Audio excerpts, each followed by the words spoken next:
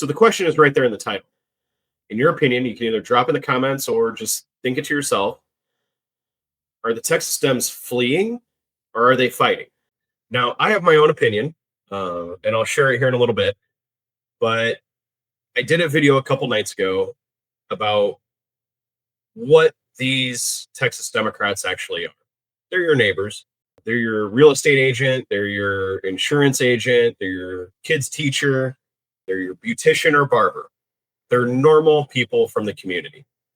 And what is being said about them is exactly what I predicted. They're cowards. They're in it for the money. They're getting paid. None, frankly, to me, is more awful than Jesse Waters of Fox News Channel. So I'm going to play this clip from his show yet last night or a couple nights ago. But before I do that, please hit like and subscribe.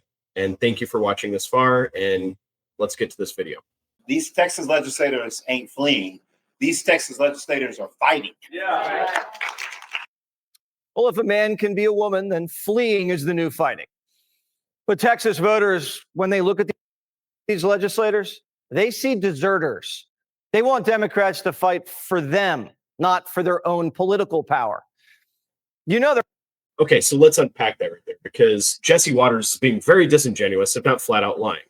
And that's kind of funny coming from a guy who was so cowardly, he couldn't tell his wife that he wanted a divorce. Instead, he cheated on her with his producer.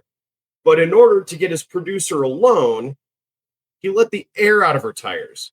Now, if nothing screams date, well, you know, the second of that part, but that's what he did in order to get his producer alone so he could express his feelings for her. Cowardly, creepy, all the words, all the things is Jesse Waters. But he does have some kicking graphics. I mean, those are just weird. Those are weird as anything I've ever seen. But now let's go into the fighting versus fleeing. Now, he's saying their constituents would want them to stay and fight. Let's talk about that for a second. The Texas legislature is 2-1 Republican to Democrat. So what could the Democrats have done? Let's say let's roll back time a bit and pretend like they didn't leave the state and we're going to hold this vote. And they bring the redistricting up for a vote and it passes immediately 2 votes to 1. So where's the fight in that? There's no fight in that. What they're doing by leaving the state is preventing the vote. That is all they have to do. That is all they can do in order to fight this. And think of what they're doing. Think of what is arrayed against them. These real estate agents and these insurance agents and, I don't know, your town chiropractor. I don't know who these people are, but I know they have regular jobs. And so look at what they're doing. They leave the state, right? They kiss their loved ones goodbye and they leave home. And they don't just leave their home, they leave their job. So they're not getting an income while this is going on. Not only that, they're being fined $500 a day. And now, because of Cornine, they've got the FBI after them. So is that really cowardly? Can you even claim that as being cowardly? How many people out there watching this video? Because I know of only maybe like 2 things in which I would sacrifice that much for. But people watching this, 1, thank you for watching this far. And 2, what would you do? What would you go through that for?